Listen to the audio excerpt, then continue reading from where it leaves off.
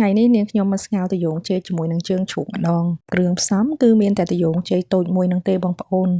នៅនេះតាយងជ័យថ្លៃហើយពិបាកហៅទៀតបងប្អូនលុះត្រាតែយើងទៅដល់ផ្សារអាស៊ីបានមានហើយតាយងជ័យគេដូចបងប្អូនឃើញនៅក្នុងវីដេអូនេះស្រាប់ហើយគឺទូចទេរបៀបធ្វើនេះខ្ញុំយកតាយងជ័យហ្នឹងទៅលាងទឹកឲ្យស្អាតហើយហាន់វាជាចំណិតតូចឲ្យហើយទៅជីវ៉ាន់ស៊ុយហើយនឹងជីរណាខ្ញុំលាងទឹកឲ្យស្អាតហើយហាន់វាជាចំណិតតូចទៅសាយតូចដាក់នៅក្នុងចានជាមួយនឹងក្រូចឆ្មាទុកឲ្យហើយសាច់របស់យើងហ្នឹងគឺមានឆ្អឹងកភួនជើងឈូកជាមួយនឹងជើងឈូក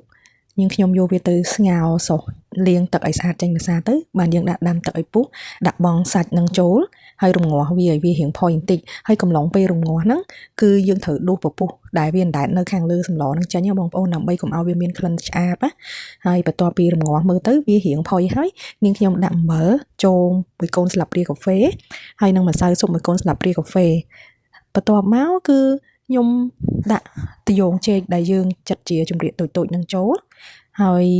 ភ្លក់មើលតាមការចូលចិត្តរបស់យើងរួចរាល់ដួសដាក់ចានរោយជីនិងច្របាច់ក្រូចឆ្មាជាការស្រេចអរគុណ